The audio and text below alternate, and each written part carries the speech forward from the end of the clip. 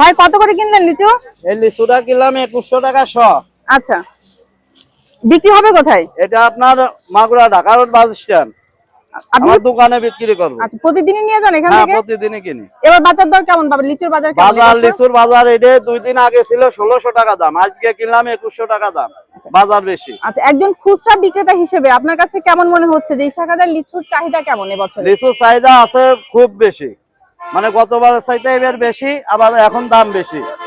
যে খাসি করে যায় যে এই মধু এই যে খাসি করে যা বিক্রি কেমন হচ্ছে এবছর? আলহামদুলিল্লাহ খুব ভালো বিক্রি হচ্ছে। এখানে যা আছে সবই কি হাজরাপুরি লিচু? হ্যাঁ, সব হাজরাপুরের লিচু। আচ্ছা, আপনি কত বছর যাবত লিচু ব্যবসার সাথে এই আছেন? 7-8 বছর যাবত লিচুর ব্যবসা করতেছি আপু। খুচরা কি রকম দামে যাচ্ছে? কত এই শ? এখন এগুলো বেচতেছি 300 টাকা করে। 300 টাকা শ খুচরা? হ্যাঁ। আচ্ছা, আর পাইকারি তো বিভিন্ন রকমের। হ্যাঁ, পাইকারি বিভিন্ন রকম দাম।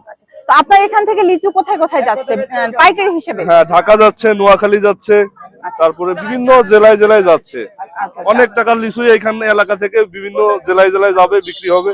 আচ্ছা, যারা লিচু কিনতে আসতে চান মোটামুটি সকাল কয়টা থেকে কয়টা পর্যন্ত এখানে লিচু সকাল পাবে? 6টার থেকে একবারে সন্ধ্যা 7টা-8টা পর্যন্ত এখানে লিচু বিক্রি হয়। আচ্ছা, এটা হাজরাপুরি লিচু, এটা তো জিআই পণ্য হিসেবে GI অলরেডি পণ্য হিসেবে স্বীকৃতি পেয়েছে পাইছে। এবং চাহিদা কেমন?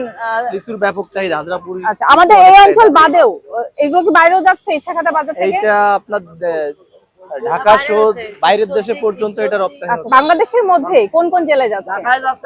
আমরা ঢাকা, চিটাগাং, সিলেট, আপনার ফরিদপুর,